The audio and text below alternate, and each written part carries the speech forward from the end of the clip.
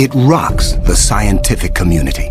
They had found for the first time reproducible, confirmable evidence of the existence of a planet around a sun-like star.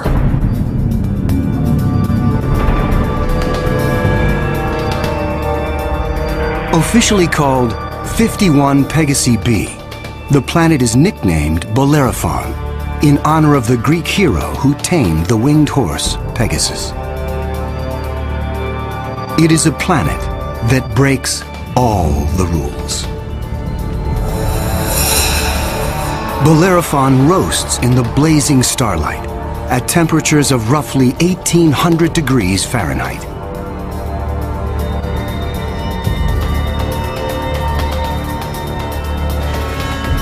It is nearly 150 times more massive than Earth and is a gas giant like Jupiter. A gas giant is a planet made mostly of hydrogen and helium. Only the outer layers are gas, but inside, hydrogen and helium is compressed to huge pressures. It doesn't resemble a gas at all. Unlike anything found in our solar system, this is an entirely new class of planet, what scientists call a hot Jupiter. If you go to Hawaii and see the lava flow there, that's how hot a hot Jupiter is. It's very hot. The Earth is a comfortable 93 million miles away from the Sun. These hot Jupiters are roughly 100 times closer, and so the amount of sunlight that they get is 10,000 times larger. If this represents a star, and this a hot Jupiter is 3 to 4 stellar diameters away from the star. So that would be 1, 2, 3. This is how close a hot Jupiter would be to its star. Hot Jupiters are tidally locked. They present the same face to the star at all times, just like the moon does to Earth. It's going to be permanent daylight on one side and permanent nighttime on the back.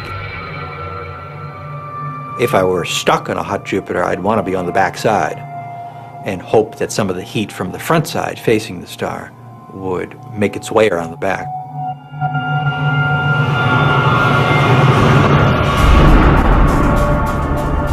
The variations in temperature make Bellerophon's atmosphere extremely windy.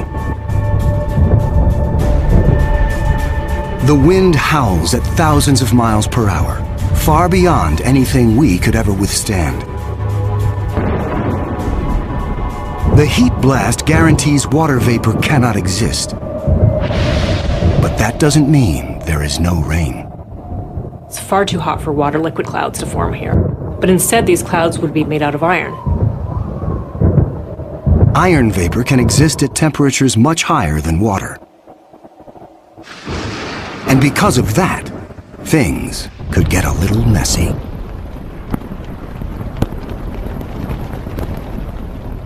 You better have an umbrella that's pretty sturdy, because the iron is going to start coating your umbrella very rapidly and making it extremely heavy and just crush that umbrella.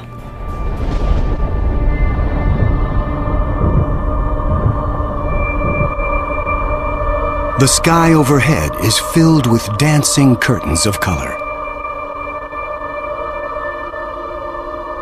Charged particles from the nearby star make auroras far more extreme than the northern lights on Earth. There is something even more unique about this newly discovered world. Bellerophon orbits its sun in a blistering 4.2 days. No self-respecting planet goes around a star in 4.2 days. None of the planets in our solar system take such a short amount of time.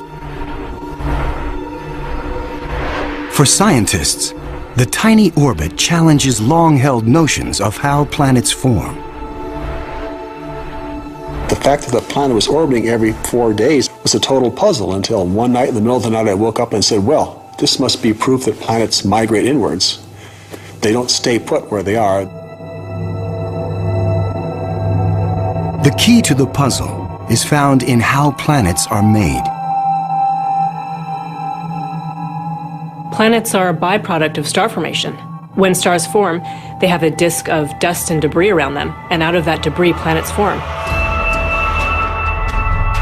Much of what we know comes from Hubble Space Telescope, as it aims at regions like the Eagle Nebula.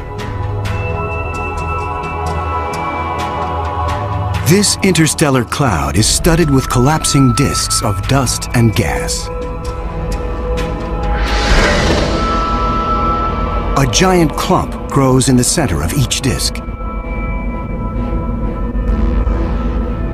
Temperatures reach a searing 18 million degrees. The same nuclear fusion that powers our sun is unleashed.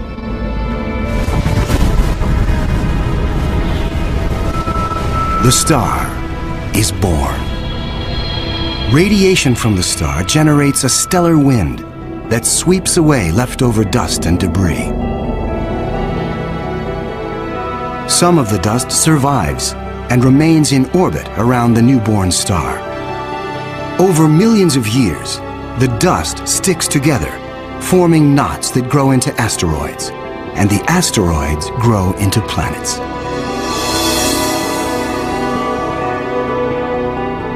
These planets migrate through the disk until they find a stable orbit. This is why Bellerophon is so close to its parent star. But one newly discovered world has found its stable orbit in a place no planet should ever go. 2001. Hubble Space Telescope is directed to an obscure star some 150 light-years away from Earth, in the constellation of Pegasus.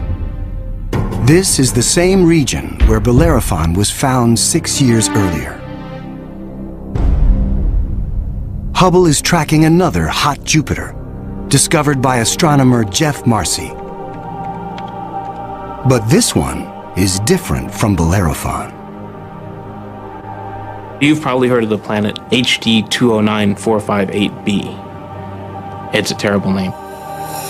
A terrible name for a terrible place. HD 209458b has been dubbed by some as Osiris, after the Egyptian god of the dead. Osiris is over 200 times more massive than Earth. It has migrated perilously close to its sun, at a mere 4 million miles from the blazing solar surface. Osiris broils in a planetary hell. The average daily temperature on Osiris is over 2,000 degrees. Forget global warming. This is global frying, and it causes Osiris to lose an estimated 550,000 tons of air every second. There's a leak of gas, a steady stream of hydrogen and helium, and that's making a big, huge cloud all around the planet. Its atmosphere is bleeding into space. Scientists speculate that a colossal trail of gas spirals behind the planet for thousands of miles. Osiris presents an unprecedented opportunity for astronomers. Using Hubble, they analyze the alien planet's bloated atmosphere. This is the absolutely first time where we could tell what is the composition of the atmosphere of an extrasolar planet.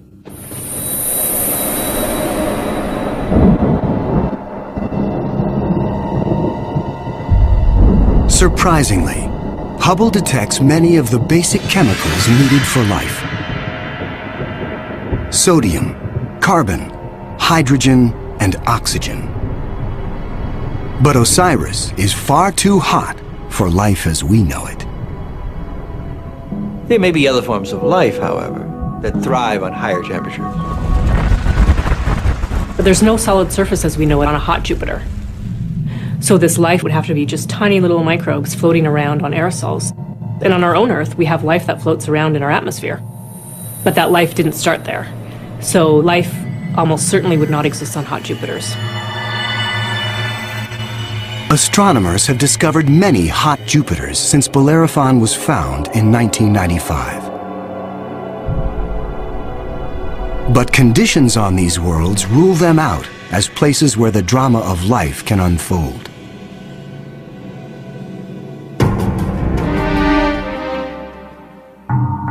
One of these gas giants is a planet that teases the rules of evolution.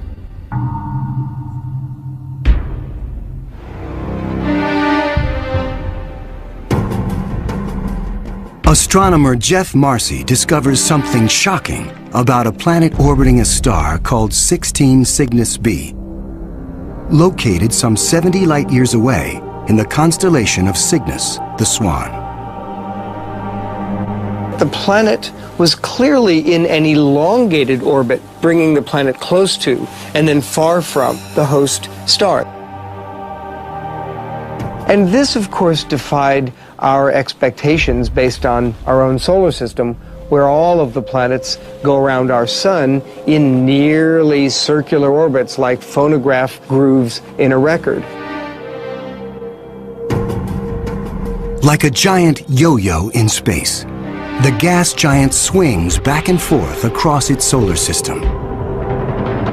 That is like the Earth swooping 25 million miles closer to the Sun, then slinging past Mars, all the way out towards Jupiter every year.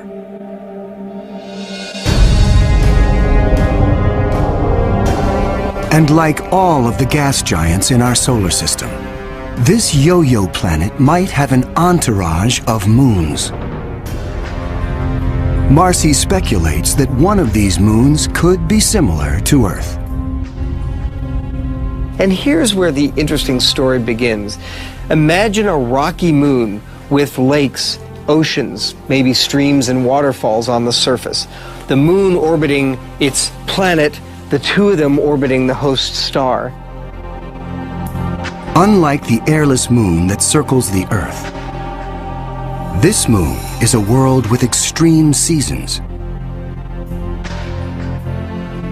On Earth, the seasons are caused by the tilt of our planet.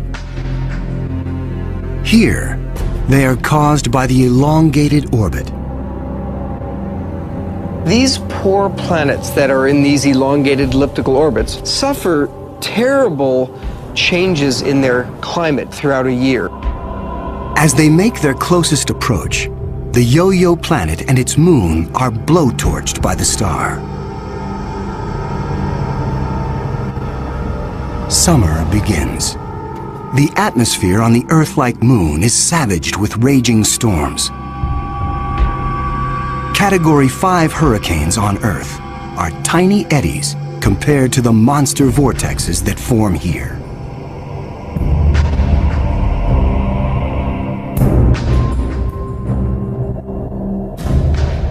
The clouds thicken as the water evaporates. Temperatures rise dramatically. Any water or gases would heat up, and indeed the oceans would boil into steam, so you'd end up with a big steam bath. During the peak of the summer, the entire moon is smothered in 800-degree temperatures.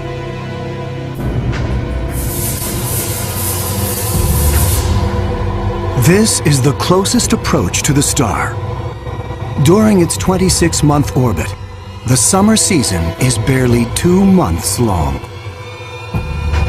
But what a season! The planet and its moon swing away from the furnace of the star. Temperatures fall to ranges we would find temperate and comfortable.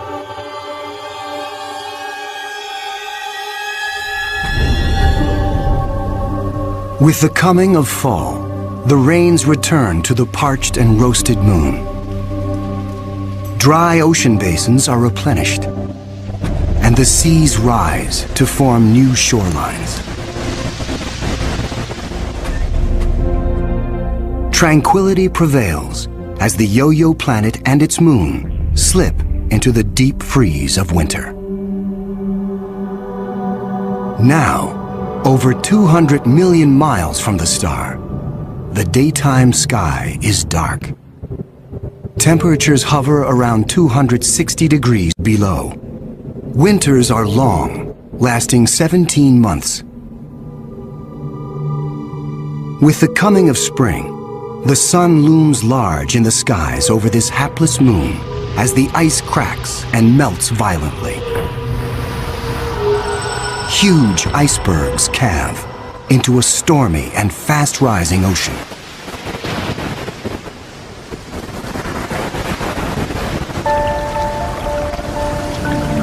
For two preciously short periods, during the spring thaw and the autumn rains, the climate on this Earth-like moon is balmy and comfortable.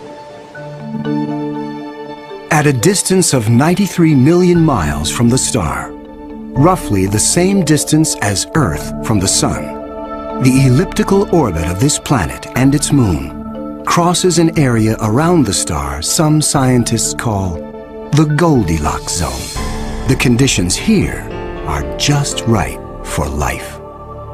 If you're too close to the star, then it's too hot. If you're too far away, then it's going to be too cold and everything's going to be icy. But then if you're right in the middle, it's just right. Every star has a Goldilocks zone. Where that zone is depends on the size and temperature of the star. In our solar system, Venus marks the inner boundary and Mars the outer boundary. Earth and its abundance of life is right in the middle. The Yo-Yo planet passes through the Goldilocks zone twice a year. For 3.5 months during the spring as it races inbound, and again in the fall for 3.5 months as it hurtles back into the colder reaches of space. Could life survive the conditions outside the Goldilocks zone?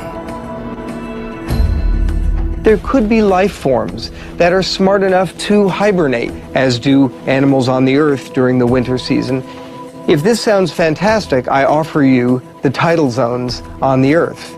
On the tidal zones, life proliferates, of course, near the seashore, and they do so despite tides.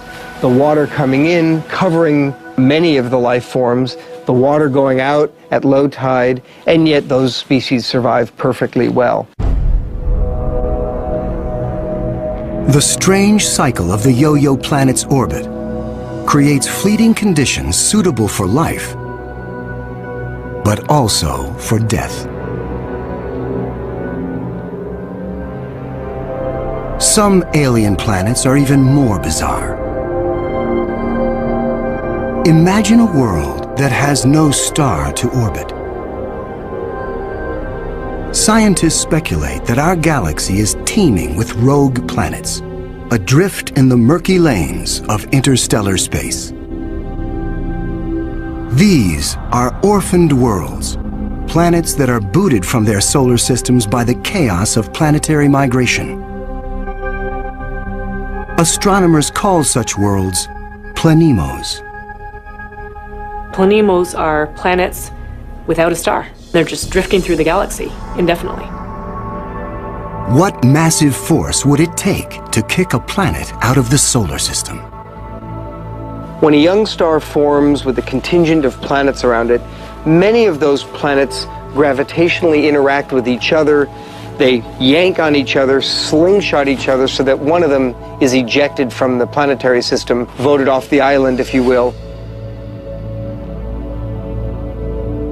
If you were, unfortunately, a resident on a planet that was kicked out by a collision or a near collision with another large object, you'd probably rapidly move out of the habitable zone. There are hundreds of billions of these lost, wayward, poor, wandering planets out in our Milky Way galaxy with no parent star to warm them up. Cold, dark, quiet. Because planemos have no sun, they are worlds without days or years.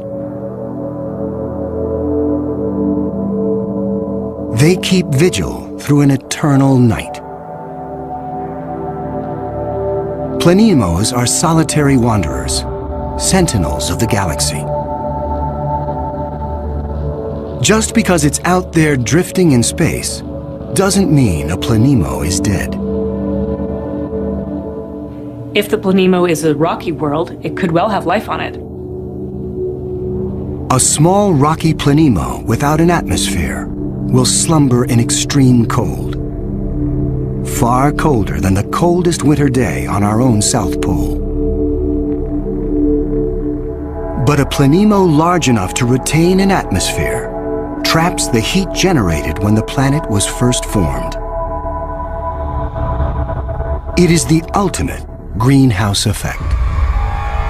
The heat and energy comes from the molten core deep inside the lonely planet. If the planemo is a gas giant like Jupiter, it may have a system of moons. The gravitational pull between the planemo and its moons creates friction, causing the interior of the moons to stay warm. These moons could also have life on them, in the same way that Jupiter's moon Io has volcanoes and has a lot of heat energy being generated by interactions with Jupiter and the other moons. If anything lives here, it will be single cells, like common bacteria found on Earth. Not complex life forms. Without a sun to provide photosynthesis, these tiny organisms derive their energy from the chemistry in the soil of the planemo, or its moon.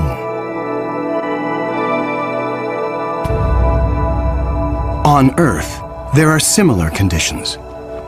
Colonies of bacteria are found deep within mine shafts in South Africa. They have no access to oxygen nor light, and survive entirely on the chemicals they make from the surrounding dirt.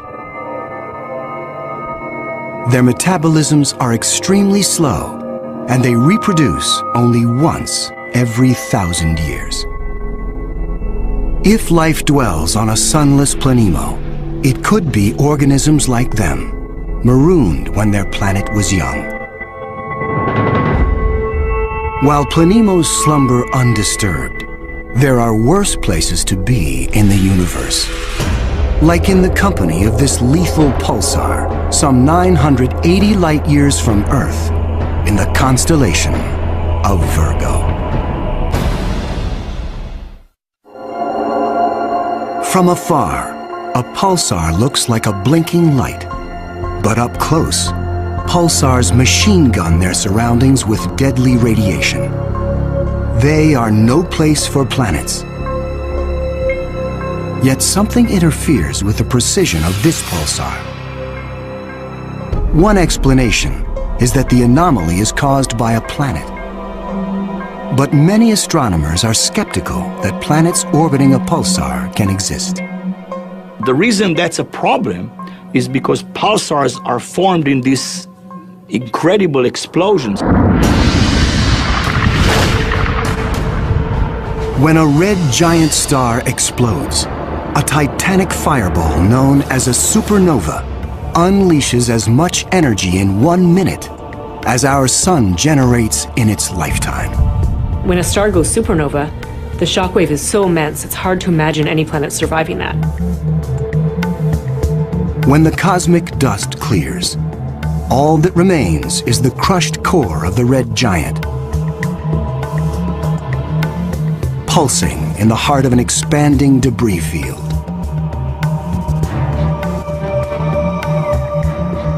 Matter blasted from the colossal explosion falls back to the pulsar and forms a disk. Within this chaos, a new world arises, born of fire and destruction, a planetary zombie raised from the carcass of the former red giant star. It's amazing that planets could form in that environment. A planet orbiting a pulsar will give you the feeling of being in a disco bar with a very strong strobe light, which is the pulsar. Radiation from this stellar beast breaks down the organic molecules needed for life. The pulsar has these very strong magnetic fields that are being spun around as the star is rotating quickly, and it's picking up any material, electrons, protons, and speeding them up and slinging them out at high speed. So it's like a solar wind with a vengeance. I can't imagine that there would be much of an opportunity for even simple life, microbial life, to emerge and to flourish on a planet around a pulsar. Largely because if you were in the pulse, you'd be severely energized, and if you were not in the pulse, you would be completely devoid of energy. The discovery of pulsar planets shows how new worlds can form in the wake of a star's destruction. No matter where a planet arises, the process of its birth is fraught with danger. Sometimes, the violence is so great, the end of the world comes before the beginning. 2007. Astronomers using the giant Gemini North telescope make a strange discovery in the Pleiades cluster some 400 light-years from Earth.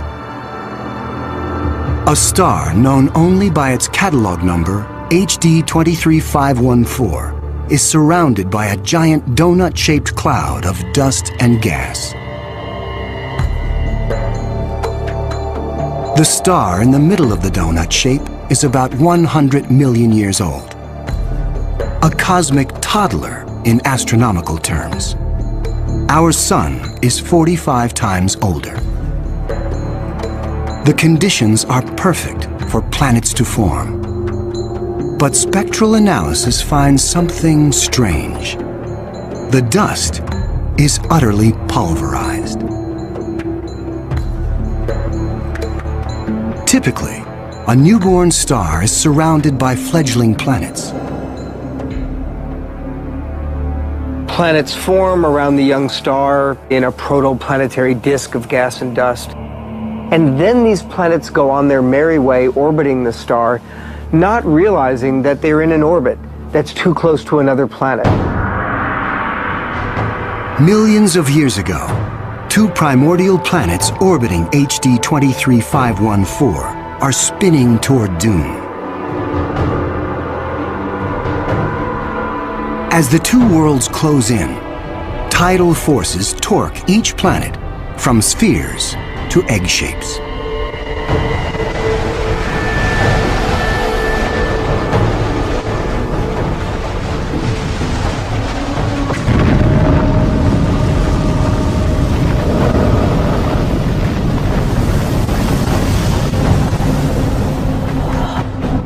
Nothing remains. The two worlds are annihilated, creating the dust and debris seen around star HD 23514. 4 billion years ago, a similar apocalypse came to Earth. A Mars-sized planet forms in roughly the same orbit as the newborn Earth.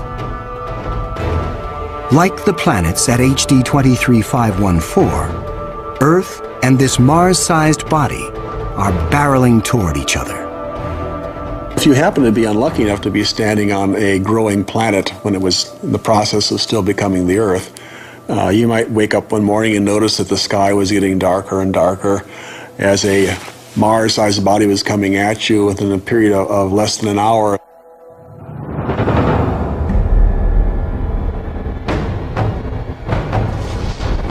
And when it hits, the shock wave is felt all over the planet, scouring the surface of the Earth. The collision obliterates one side of the planet. Molten rock sprays out into space. The entire globe is peppered by meteors and noxious vapor. It would actually make hell look like a Bahamas vacation.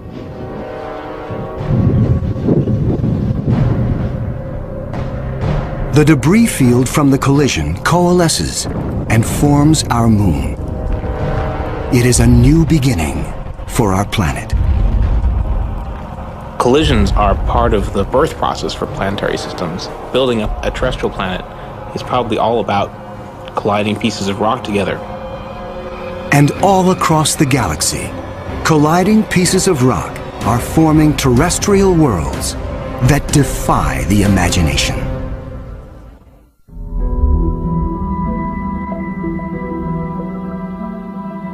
There is a new planet out there, a planet we were not aware of existing before.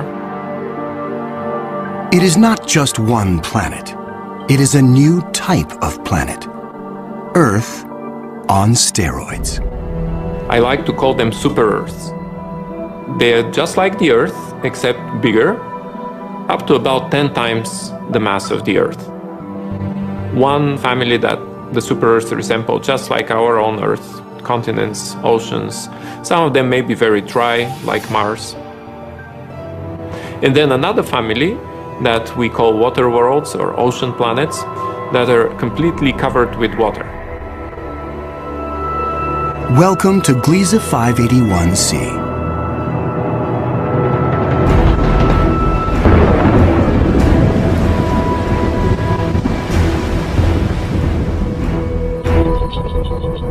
This planet was found by Michel Mayor, and it orbits with 2 other planets around a very small star.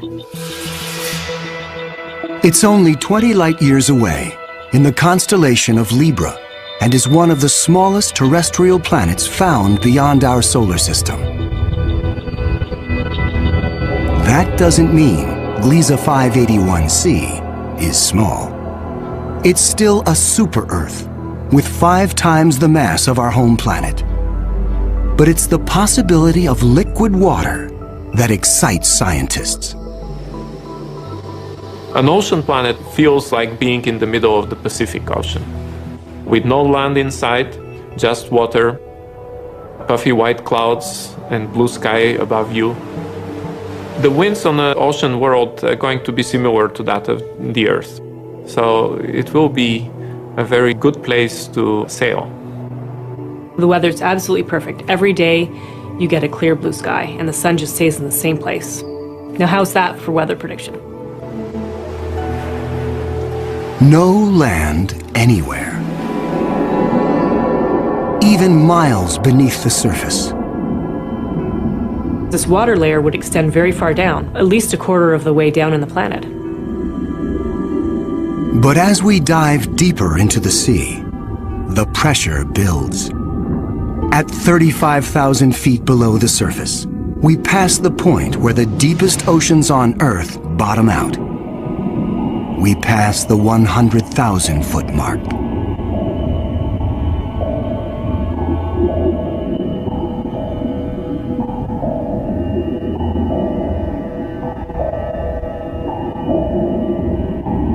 The pressure is so great, water itself begins to take on surprising new forms.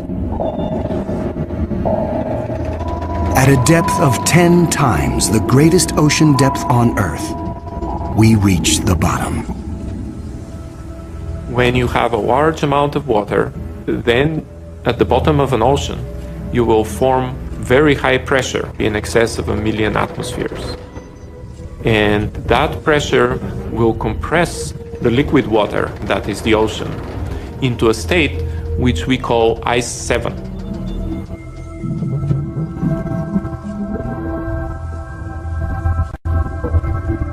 No, it's not like ice in your refrigerator. The molecules of water that are in the ice in your refrigerator are kind of all jumbled up. But if you form ice under very high pressure, then the water molecules can become ordered, they can become aligned.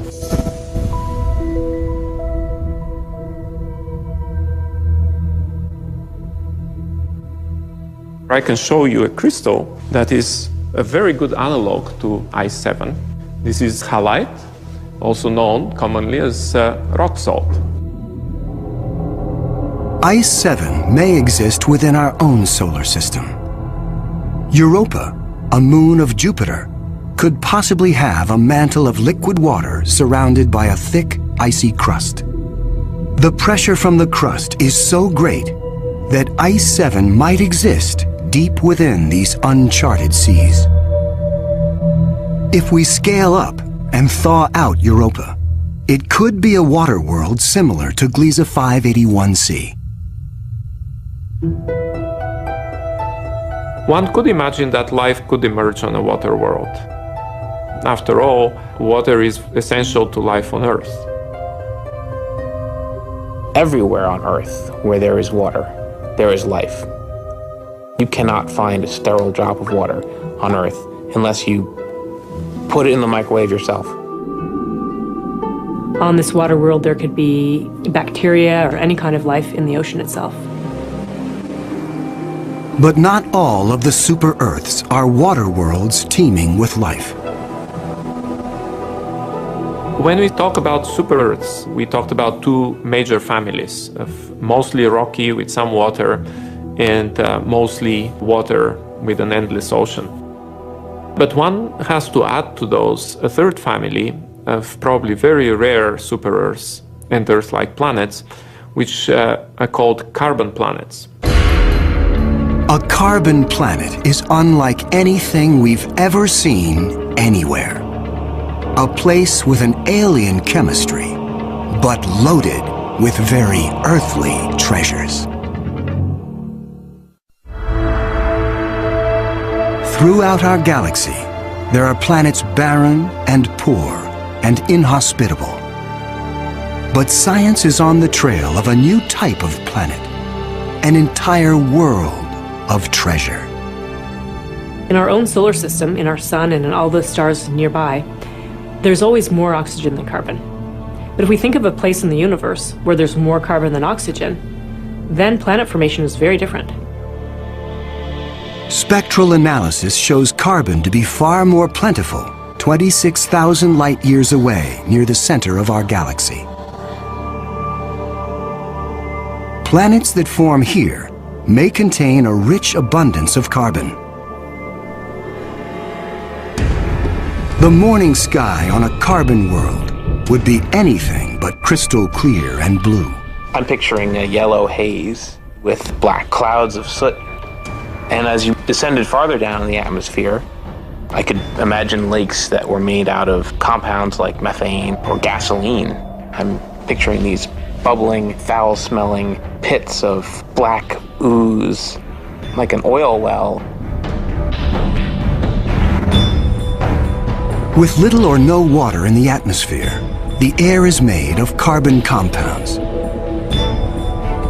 Methane, butane, pentane, benzene, all these different kinds of carbon compounds that separate out when you refine gasoline.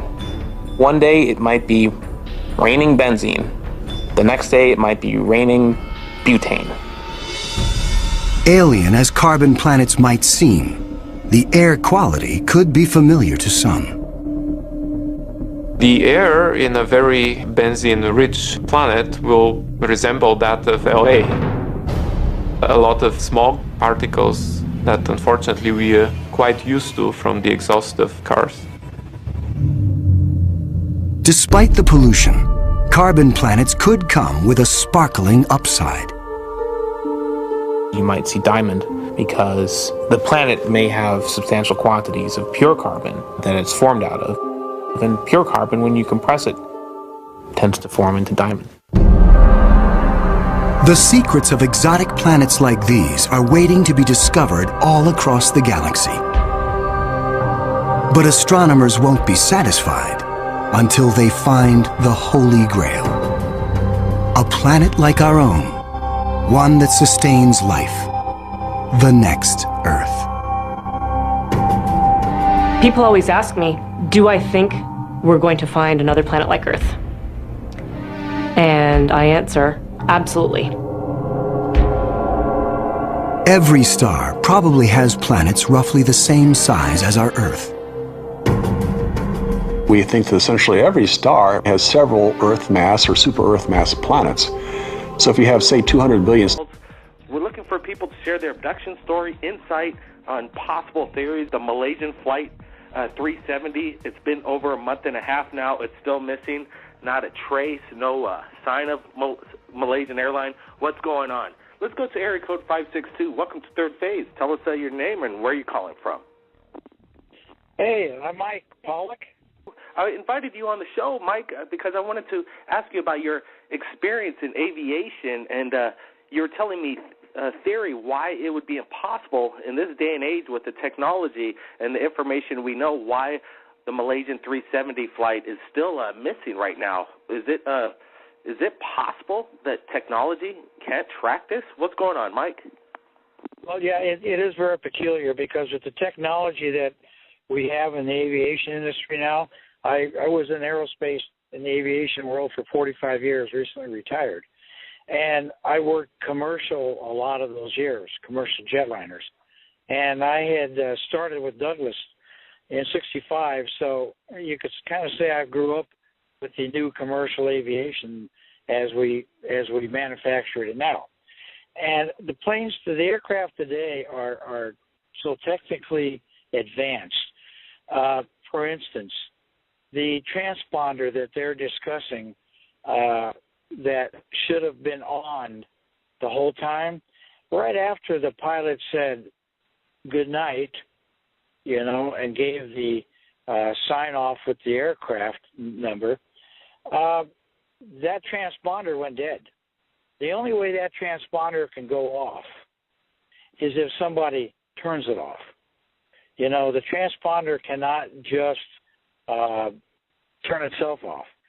That was one very peculiarity. The other issue was that when the aircrafts crash now, believe it or not, they actually have a signal that shows that the aircraft has gone down. They may not know if it went in the ocean. They may not know if it crashed onto land, but they know it went down. That signal did not show up.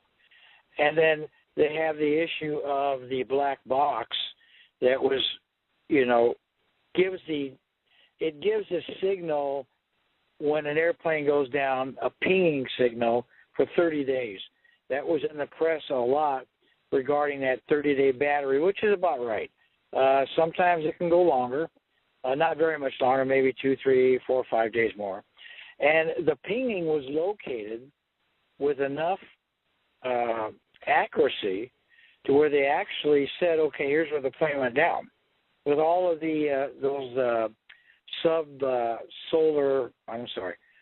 submarine units they're put down there, they've covered 90% of the floor. There's no sight of the airplane. And they've been focusing exactly where that pinging sound came from. Exactly. So there's a lot of peculiarities here that are popping up.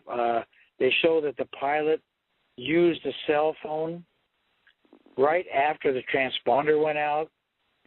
And you literally would have to have somebody turn off the engine, shut down the entire aircraft hydraulics systems. It is a lot of peculiarity as to all this could happen at once. I liken it to, the stories we've heard over the years on the Bermuda Triangle. There's a lot of these same kind of issues where the planes have never been found, and they lost them in that triangle there, and they've, only to my knowledge, have found one of them. So that's my thoughts, is that it's all very strange, very weird, and yet, I sit here and I know my technology, and I say there's just too many things that say you should find that plane, but they're not working for whatever reason. So, yeah, there's a lot of issues out there, what ifs, a lot of theories, a lot of conspiracy theories. So hopefully they will find that plane and for everybody's comfort zone, and we will find out what happened. So. Well, Mike, with over 40 years of experience, I want to ask you, when they shut off the transponder, why would they allow even a pilot to shut it off? Why not put that switch somewhere outside of the aircraft so it's unreachable by anybody within the aircraft? It really doesn't make sense that there's power to shut off a transponder while you're flying a commercial airliner. Well, the reason that they want to keep that into a manual control with the pilots or anybody, co-pilots, the crew flying that airplane, because if there was an emergency, okay, if the plane was going down, if the engines went out, if your hydraulic system went down, you lost everything, that would mean that your system would maybe not automatically turn that transponder on or off. So the idea of the pilot controlling it gives a little bit of a safeguard, kind of a fail-safe thing that says that the pilot can have some control here in case of a critical, drastic emergency. You know, they want to have. Well, we got all the electronics, we've got all of the everything by computers and controls. There are some things that they want the pilots to maintain control over in case of an emergency like this. But when that transponder shut down, it was like, well, it shouldn't have shut down. The only guy that can shut it down is the pilot or co-pilot, okay? Nobody can shut that down. So why did it shut down? You know, there was the hijacking theories, but that kind of went away because they said if a hijacker was taking it somewhere, he would take it somewhere where he could land it when it landed. So that's part of the strangeness too, is that a hijacker would say, okay, shut that transponder off. I don't want them to know where we're at. Okay, I'm going to take you to so-and-so, and I don't want them to know where I'm taking you. All right? So that's why it doesn't automatically, that's why they want to keep that control in the crew's hands. So some people are saying things really, Bradford Blair is saying things really didn't start to disappear until after the Philadelphia experiment. Mike, are you familiar with the Philadelphia experiment? Yeah, I am. I'm very familiar with that. And that was an interesting, you know, they did a movie on that. And, you know, that was a very interesting experiment. And, you know, some of that, in fact, most of that is still it's not public information. You know, that I'm going back to the word stealth. That was probably one of our first entries into experimenting with stealth technology. All right? And can we make that ship, that destroyer, disappear so that they do not see it on radar? It's an unknown thing, but they tried that actually with submarines for a while. Can we make that submarine disappear so that it doesn't show up, that they can't see us coming into port, you know? So, yeah, that technology, the stealth technology, you know, in recent years on the various bombers and various fighter planes, including our newest F-22, is a stealth technology. But that goes back to the 40s, in fact, late 30s. So, in fact, another note on that, the Germans were working on that in the 30s as well, the German scientists. So, yeah, it's been something that's been out there, and I know a lot of people say, wow, it just disappeared. How can that happen? But the 777, while it's a great airplane, a fantastic airplane, in fact, does not have a stealth technology to it to make it disappear off of radar.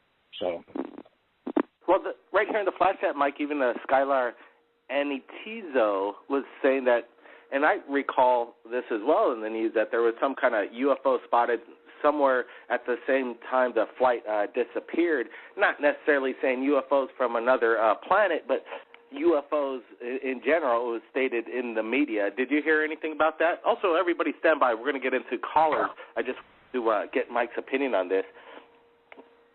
You know what? I read about it. I saw it online, and I thought it's interesting because I don't want to call it coincidental, but it is coincidental sometimes.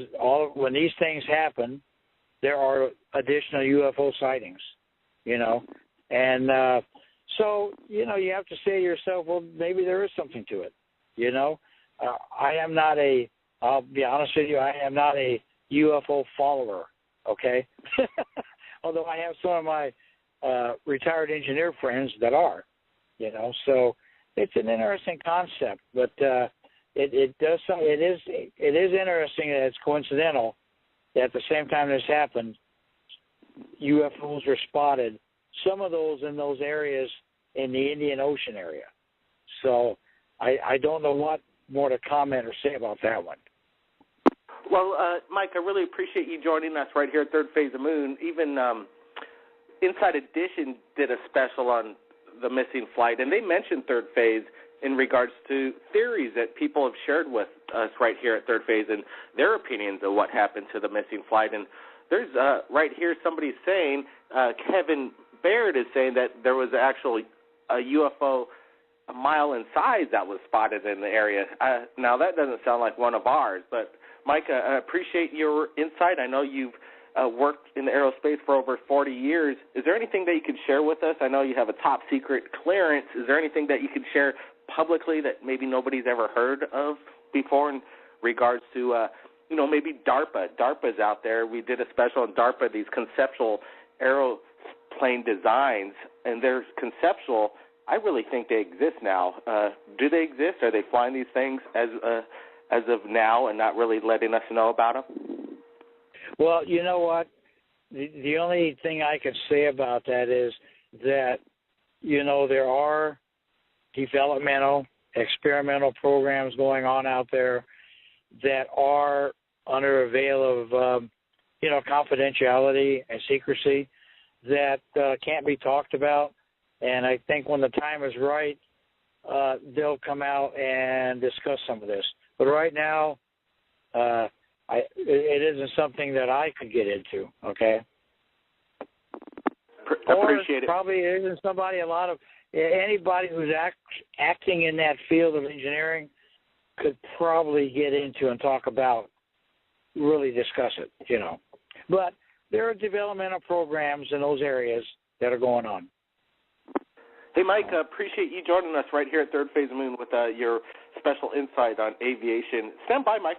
Maybe some of the callers might want to ask you some questions. And let's go to the phone lines. The switchboard's filling up. Area code 618, you're live, Third Phase. Go ahead. Hi, yes, this is Kevin Baird calling. Great show. Love your content, YouTube, everything.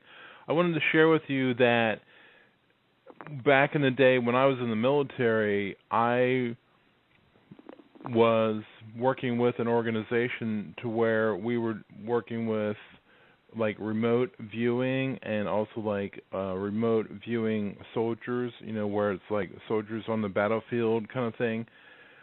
But what I want to share is that my superiors, when I was in the military, they also knew that there was information that was being fed to us, and I don't mean to be like too wacky or whatever, but that there was like alien technology that was being fed to engineers through their creativity or whatever, and that the development of I don't know if you've ever seen the movie The Men Who Stare at Ghosts, to where they're like trying to, develop psychic ability or whatever, that there's like the George Clooney movie, absolutely. Is this reality? Were you guys able to actually remote view and also remote realize, where like we would be plagued with problems, or we would have engineers who would be facing issues that somehow they would happen upon the information? So the movie about the Men Who Stare at Ghosts was about, psychic warriors or whatever, but really it was more about being connected to some kind of like network that was a solution kind of network that was being fed in a sort of like a mental kind of sense and not a physical kind of thing, where it's a training. And my superiors were like, this is the cutting edge. This is where we're going to. So I just wanted to say that the technologies that we're coming into, the things where the flight disappeared or whatever, is all related. They're all coming together, and I don't want to take up a lot of your time because I know you have a lot of people out there waiting, but we are being fed information to solve the problems as they happen upon us without their specific physical interactions or interventions or whatever, so it makes it look like we're the ones that came up with the solutions. And I think that Flight 370 disappeared because it was a problem with either technology or too much advancement or something, and that they needed to slow something down or whatever. So that's my opinion. I don't want to stay on the line too long because I know you have other callers. So any questions before I drop off? Absolutely. Is the remote viewing program still going on in present day? And what's their major objective? Are they trying to remote view into major world leaders around, in other countries? What's the purpose of this? It's not world leaders. They don't care. It's more about realizing technology, but having it be introduced into our society in a palatable method, not one to where the grays come in and say, okay, here's a special microwave oven or a special kind of automobile or whatever. We gradually happen into it through them feeding sort of like the intuitive engineers who sort of like look at a problem and just all of a sudden come up with the idea for the solution. It's almost like a psychic net or something, and that everybody else that's out there is just sort of like minutia, if you will, and that we're all here to serve a purpose. Some, might be valued as higher and lower or whatever, but we're evolving, and that the aliens are here to help us. They probably will never come out because they want us to be more significant through our own means than, them coming in and saying, okay, here's all the fix, and that you can rely on us and that you can use us as a crutch. They want us to grow and be more significant, in my opinion, from what my superiors talked about and all that kind of stuff. So that's what I get. Makes sense, Kevin. Appreciate you sharing this. Maybe we could go into it a little bit further, but we do have to get to some other callers. So stand by, Kevin. Absolutely. Area code 469. You're live, third phase of the moon. I think you dropped out. You're back. Go ahead. Tell us your name. Where are you calling from? Yeah, this is Sammy calling from Dallas, Texas. I called in last week. Hey, welcome to back. Yeah. Back, Sammy. Yeah. I've just been in the chat room talking to everybody. Hi, everybody that's joined in. I just really, like I had discussed last week, I had kind of wanted to bring kind of like a health angle to this whole thing, and kind of talk about what I know personally. I think that's just so important that everybody listening in on the show is, aware that there's an attack on your body, not only with, the food and the water, but also like all these computers and cell phones that we're using. That's also totally part of, controlling people and stuff like that. I mean, there's little kids who are looking at iPhones and stuff and holding them up to their heads and sleeping with them. And, how it relates to the whole UFO thing to me is that I think that your third eye actually has to be open for you to be able to really perceive this information. And I think that everybody who's here actually has their third eye open, just to be able to kind of assimilate this information, you have to be very open-minded and willing to hear other people's opinions, which is just so important. If you ever have any questions, go ahead and ask me, because I'm just really familiar with like a lot of organic chemistry. I've worked in the pool industry, and I'm very health conscious. But I've also, like I stated last time, had direct extraterrestrial experiences, and I can actually share another experience that I had after my first experience, if you remember me talking about last time, if you would like me to, or if you want to go to another caller. Sure, we got some time. There's some callers lined up, but we'll hear you start. Yeah. But I want to ask you first, do you own a cell phone, Sammy? Oh, absolutely. I have an iPhone 5S. I'm not saying that I'm not plugged into technology as well. I'm just extremely aware of what cellular phones do to your brain, what they're doing to society, what they do to plants and trees and birds and animals, and it's just horrible. It's going to be the next biggest news story of the century when we find out that half the population has brain tumors from using all these cell phones. It's literally, would you stick your head in a microwave? No. Absolutely not. That's what you're doing when you talk on your cell phone. I actually sticking your head in a microwave. Yeah, I don't even own a cell phone, believe it or not. But also, what's really sad is that social activity, just being around people and interacting with each other, has gone out the window. You see family members get together, friends, and they're not even talking to each other anymore. Husbands, wives, brothers, sisters, they're just constantly texting. And it's a sad or state. Looking at Facebook. And what's so very creepy is that nowadays, like the iPhone 4S there was actually a court decision in the Supreme Court today where they were talking about how police have been given special software by Apple to completely go through your phone after they pull you over. They're actually going to start taking your phone now and be able to legally go through every one of your internet documents and everything. And they have Apple working with the police and also Android and Google to be able to check out your cell phone. That was just passed in the Supreme Court this morning. That sounds lovely. And then they also have the GPS tracking, so they know exactly where you are. Well, see, what's crazy though is like right now what's happening is the you know how like the phone, actually the iPhone, when you set it down on like a flat table, you know, you wouldn't think that it could see 360 degrees around you. But if you ever watched like the Batman movies, the Dark Knight movie with Heath Ledger and stuff, they showed how they were using cell phone signals to map the environment like radar. And, you know, like it's funny, and even in the new Batman movie, one of his toys was he had this little device, you know, when he gets out of his Lamborghini and he presses a button and all the cameras go out.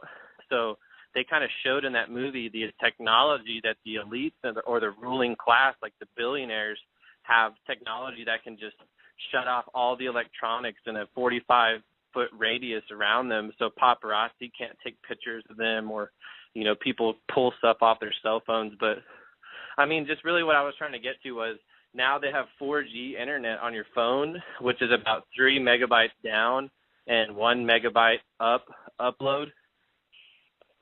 And they're basically transmitting full audio and video 24/7 from everybody's phones and stuff. So just, you know, be careful what you're recording. And if you are, just remember, you know, it can be deleted and you are being watched, because, I mean, I think that they are scared that people are aware of the UFO phenomenon.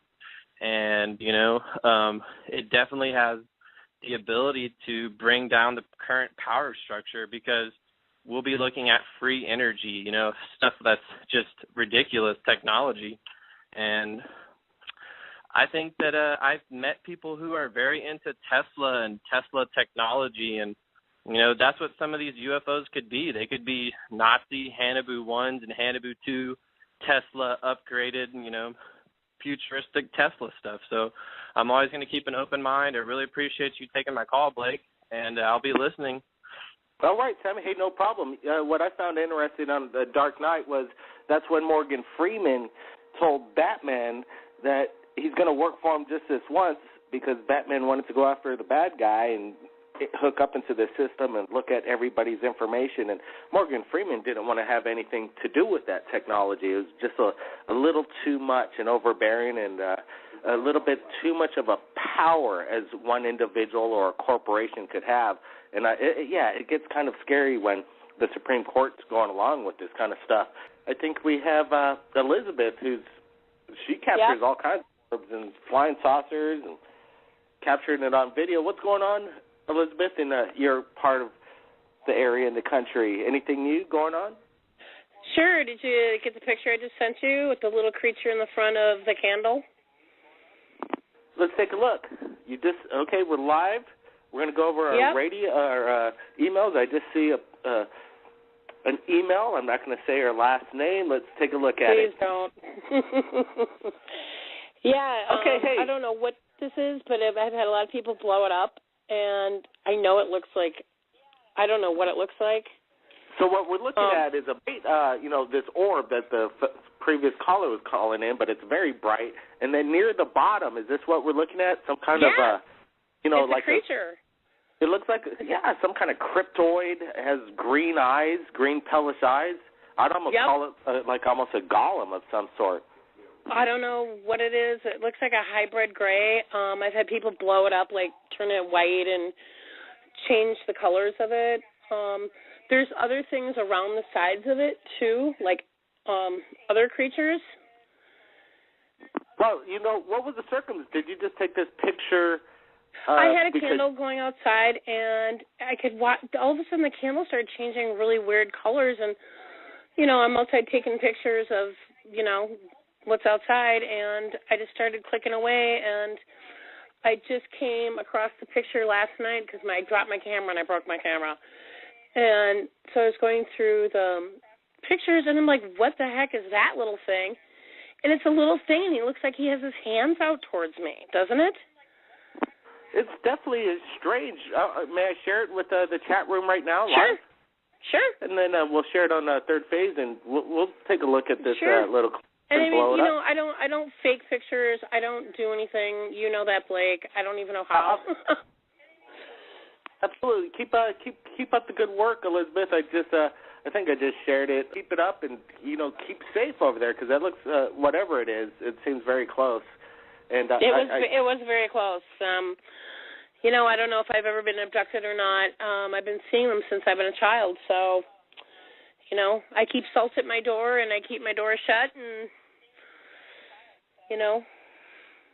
that's all I can say is I hope everyone keeps safe. They're not all friendly. Well, we definitely hear that. You have a good night, dear. Hey, thanks a lot, Elizabeth. Thanks for sharing. You bet. All right, well, we got a few minutes left. Let's go to a roundtable, and let's just open up the lines. And if anybody wants to chime in on, anything in regards to the UFOs, cell phones, Flight Malaysia, anybody, the lines are open. It's live Third Phase Moon Roundtable. Yeah, Blake, I had a question about that gentleman, Ed. Certainly. Yeah, his videos are really fascinating, and his stories, incredible. I was just wondering if you got the chance to ask him as far as what kind of ETs, like what type of ETs he was dealing with.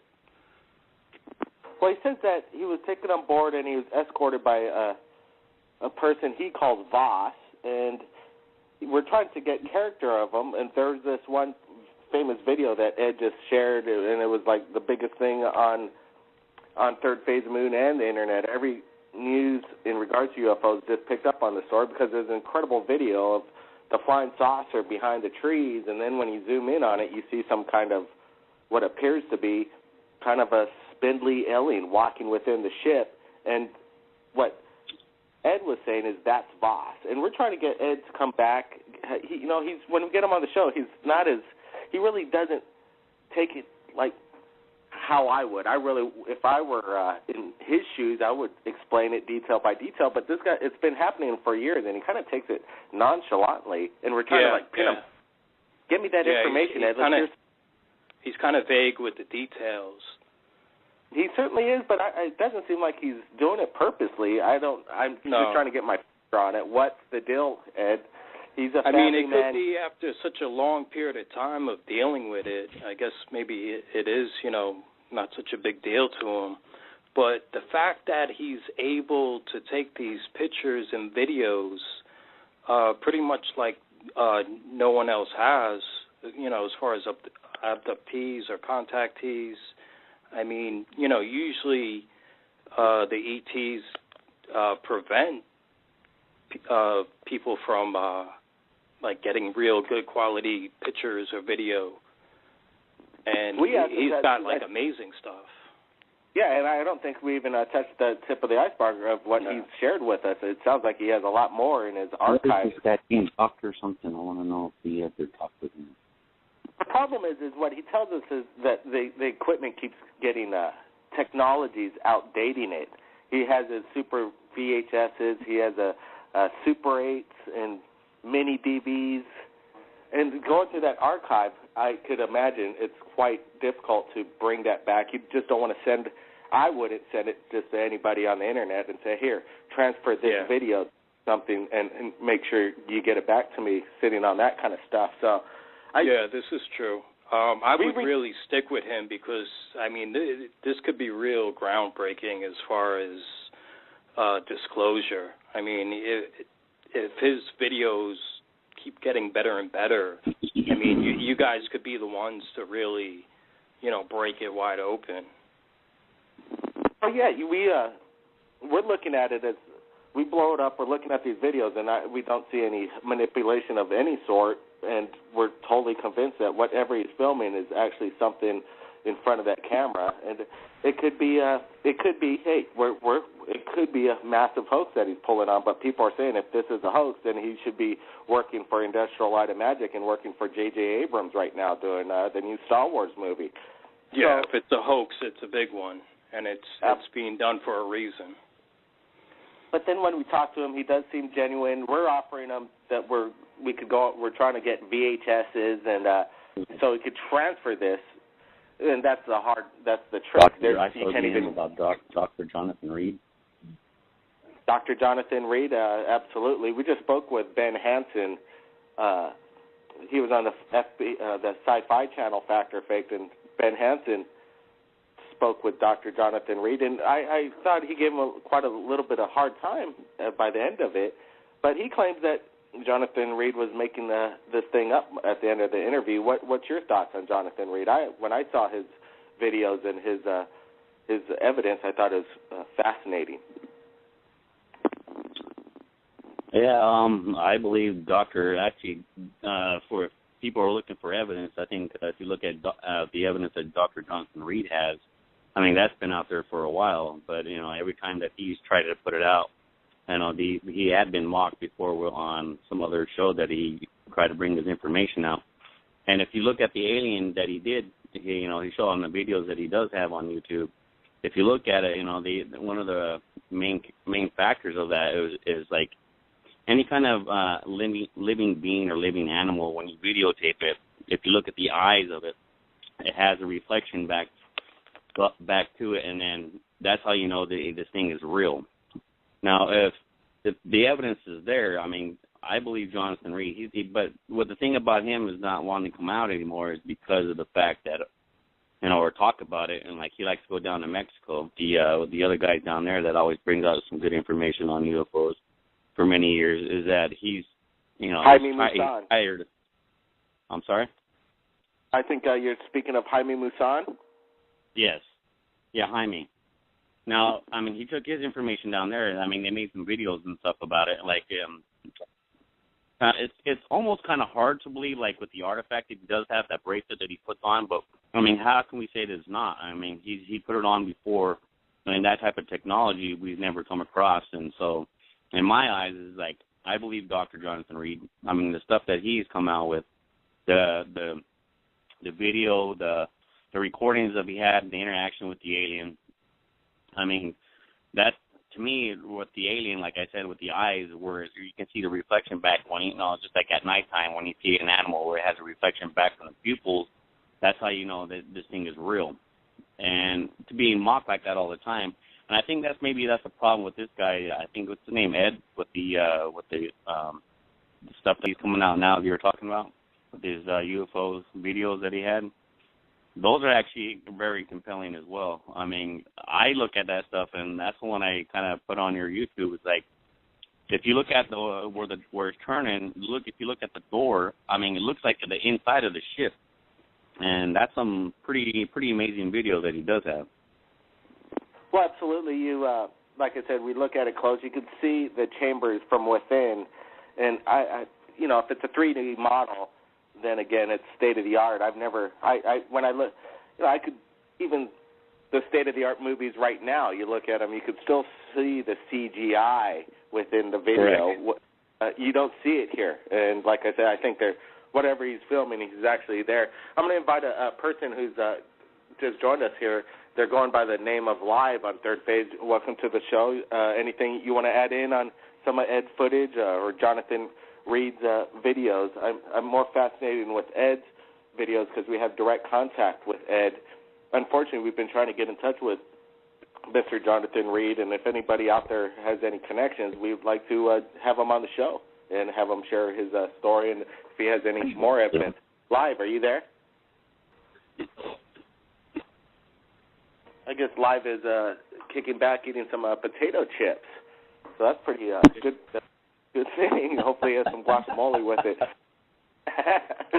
But, yeah, we're looking to get Ed back and get some more information. He is a conservative family man, and he does want to remain anonymous. We've asked him multiple times to, hey, let's do a Skype interview. Let's get you coming out so we could get on location on some of these things. And he's pretty much adamant that that's not going to go down, but we definitely we're wanting to pin him on a little bit more background with his association with Voss, what's it like to be on the ship, and more footage and more analyzation from you, the public.